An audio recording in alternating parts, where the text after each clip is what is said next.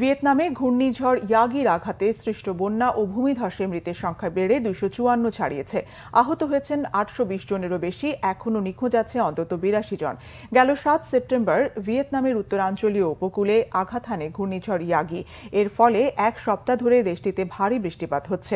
টানা বৃষ্টির কারণে ভিয়েতনামের পার্বত্য উত্তরাঞ্চলে আকস্মিক বন্যা ও ভূমিধসের ঘটনা ঘটেছে। দেশটির লাওকাই প্রদেশে সবচেয়ে বেশি প্রাণহানি হয়েছে। লাওকাই থেকে 48 জনের মরদেহ উদ্ধার করা হয়েছে, সেখানে আরও 39 জন নিখোঁজ রয়েছে।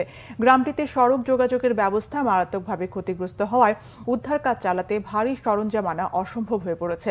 রাজধানী হ্যানয়ে রেড নদীতে বন্যার পানি কমতে শুরু করেছে, তবে রাজধানীর পার্শ্ববর্তী অনেক এলাকা থেকে এখনও পানির নিচে তলিয়ে আছে। দেশটির উত্তরাঞ্চলে স্বস্তি ফিরতে আরও কয়েকদিন সময় লাগবে বলে পূর্বাভাস আবহাওয়াবিদদের। বিশেষজ্ঞরা বলছেন, চলতি বছর এশিয়ায় সবচেয়ে শক্তিশালী ঘূর্ণিঝড় এই ইয়াগি।